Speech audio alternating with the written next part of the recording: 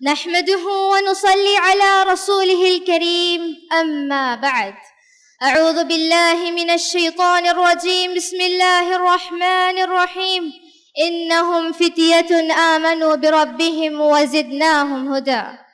ذي قدر صدر اجلاس ومهمنان عظام قابل احترام زمداران جامعة ومحترم معلمين ومعلمات وعزيز سامعين وسامعات، آج اس مبارک اجلاس میں میرا موضوع خطاب ہے عقابی روح جب بیدار ہوتی ہے جوانوں میں.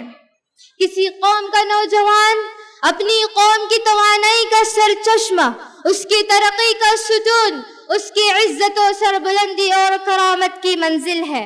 اس کا رأس المال یعنی اصل پونجی اور مستقبل کا زاد راہ اور قیمتی سرمایہ اور مضبوط بنیاد ہے. ان کی عزت ہماری عزت، ان کی کمزوری ہماری کمزوری اور ان کا نقصان ہمارا نقصان ہے. زندگی میں ان کا کردار بہت عظیم ہے.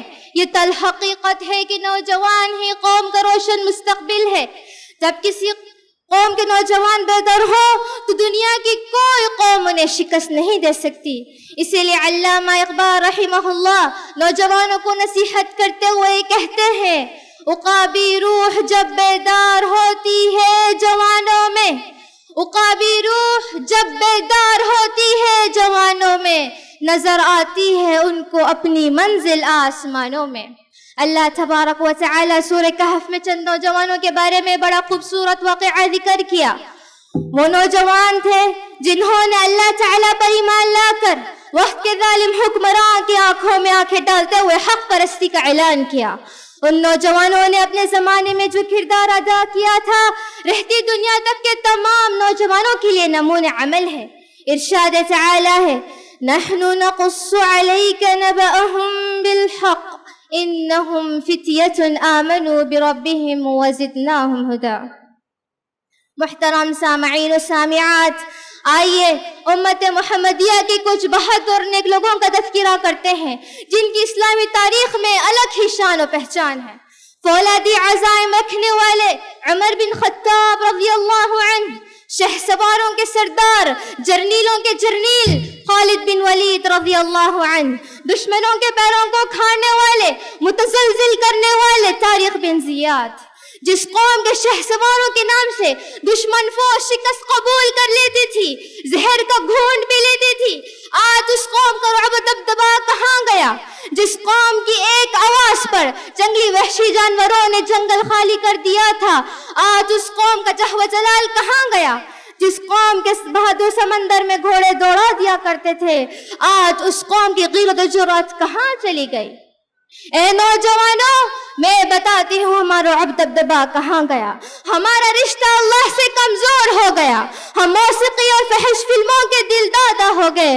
ہم مال و دولت اور حرص و ہوس کے پجاری ہو گئے. اسی لیے آج ہم رسوائی کے دلدل میں پھنسے ہوئے ہیں. آج ہماری غیرت کا جنازہ نکل گیا. اسی لیے آج ہمارا رعب دبدبا گمنام ہو گیا.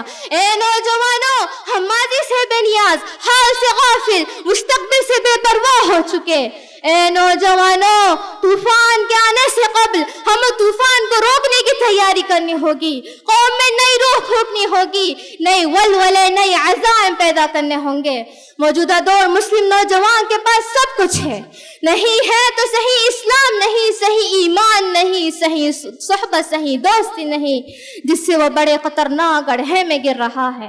مسند احمد کی روایت میں نبی صلی اللہ علیہ وسلم کا ارشاد ہے المرء على دین خلیلہ فلینظر احدکم من یخالل. آدمی اپنے دوست کے دین و طریقے پر ہوتا ہے، اسی لیے انسان کو دیکھنا چاہیے وہ کس سے دوستی کر رہا ہے. لہذا سامعین و سامعات، ہم جان چکے جوانی کا مرحلہ کس قدر اہم اور بڑی نعمت ہے. در حقیقت یہ دو دھاری تلوار ہے، یا تو ہم اسے دین اسلام کی خدمت انجام دینے میں استعمال کریں یا پھر خواہشات نفس کے پیروکار بنیں. اس سے ہم خود بھی اور معاشرے کے لیے بھی نقصان دہ ثابت ہوں گے. آخر میں اللہ رب العالمین سے دعا ہے اے بار الہ نوجوانوں کی حفاظت و صیانت فرمائے اور ہمیں دین اسلام کی خدمت کی سعادت نصیب فرمائے. آمين يا رب العالمين. والسلام عليكم ورحمة الله وبركاته.